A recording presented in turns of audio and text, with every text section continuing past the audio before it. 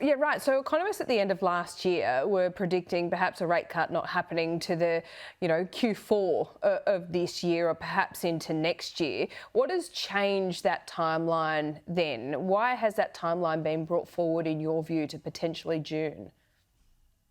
Oh, look, I think it's been brought forward because we've got much lower inflation numbers. I Mm. mean, mind you, our forecasts at the end of December last year were for a cut from June. Uh, we're at I guess, the optimistic end of economists, whereas you say most economists were in the December quarter.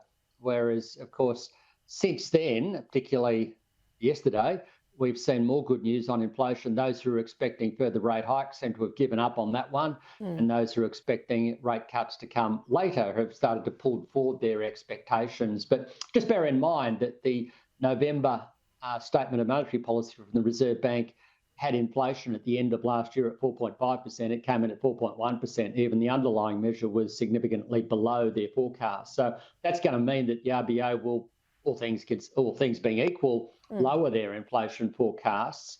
Obviously, a fly in the ointment there is the tax changes.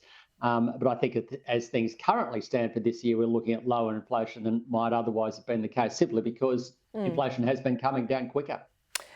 I just want to put this to you, and it's more of a political point, but there's an economic aspect to all of it. So the coalition on one hand is saying, well, $16 a week for the low income is not going to be enough, but they haven't guaranteed that they'll pass that cut.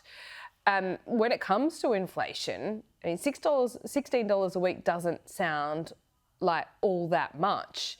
Is that the inflationary aspect you're worried about, or is it higher up the income scale? Look, higher up the income scale, they're getting less of a tax cut. So it's not Yeah. going to be higher up the income scale.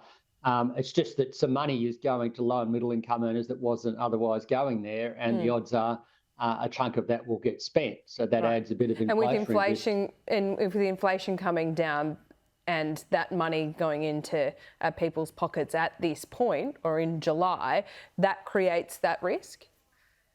That's right.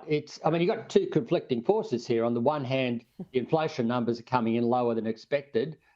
So that means perhaps earlier rate cuts than many economists had been expecting. Flip side, of course, is the Mm. tax changes, which have added a bit of spending power into the economy that might not otherwise have been there. And Mm. that adds a bit of inflationary risk. So you've got to try and work out the balance of those two opposing forces.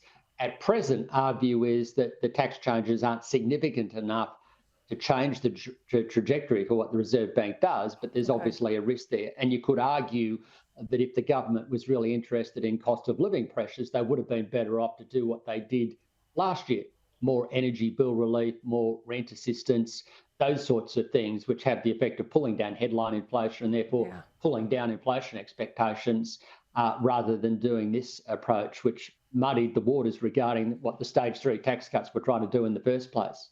Shane Oliver, we always appreciate your time. Thanks so much. Thanks, Laura. Take care.